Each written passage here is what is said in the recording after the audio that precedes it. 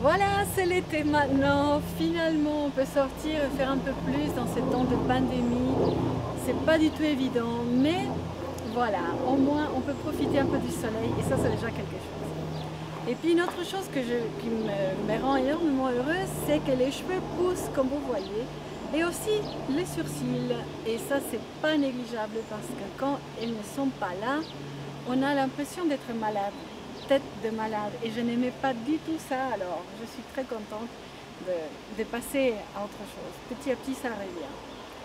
Et il y a aussi une autre réalité maintenant, c'est la réalité de la fatigue. La réalité de ne pas pouvoir faire énormément de choses. Et ça, c'est des fois pas évident, c'est un peu frustrant même, parce qu'on se rappelle de tout ce qu'on pouvait faire avant, et on se dit maintenant, ah, j'arrive pas, j'arrive même pas à faire la moitié de ce que je faisais avant. Mais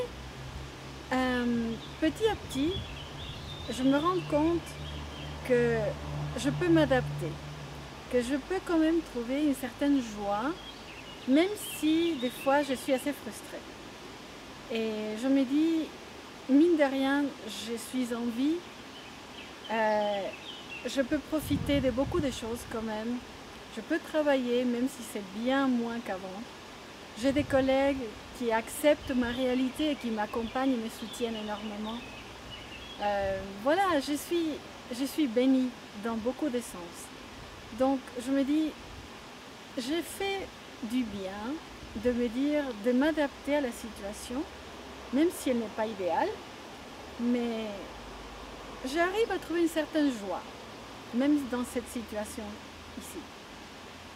Et je me rappelle que quand on m'a donné le diagnostic du cancer, une des premières choses à laquelle j'ai pensé, c'était un jour, je vais être une histoire à succès. Comme ces histoires que j'ai des fois entendues, où il y avait des gens qui, après le cancer, avaient réussi à faire le Tour de France, même à le gagner, à participer aux Jeux Olympiques, à faire ceci, à faire cela. Et je me suis dit, waouh, je vais être une histoire comme cela. Et aujourd'hui, maintenant, ça fait exactement 2 années de la fin de ma chimio, je me dis, ah, comment ils ont fait ces gens? D'où est-ce que ces histoires sont sorties? Parce que franchement, c'est pas du tout ma réalité. Et alors je me dis, voilà, peut-être dans quelques années, je vais me sentir mieux, mais pour l'instant, c'est pas du tout le cas. Une chose que je sais, c'est que cet élan que j'ai eu au début m'a énormément aidé pendant mon traitement, pendant la chimio, parce que je pouvais me battre avec beaucoup de force, avec cette idée dans ma tête, un jour, je vais être une histoire à succès. Et même si aujourd'hui, je me dis, voilà, c'est pas du tout le cas, mais au moins, ça m'a donné une force extraordinaire pour me battre. Et ça, je crois que c'est pas négligeable. Donc, voilà, au moins, ça a servi à quelque chose. Si vous regardez les vidéos que je fais semaine après semaine pendant mon traitement, vous avez vu peut-être que j'étais un peu trop positive des fois, à la limite irréaliste. Mais franchement, c'est ça dont j'avais besoin pour me battre.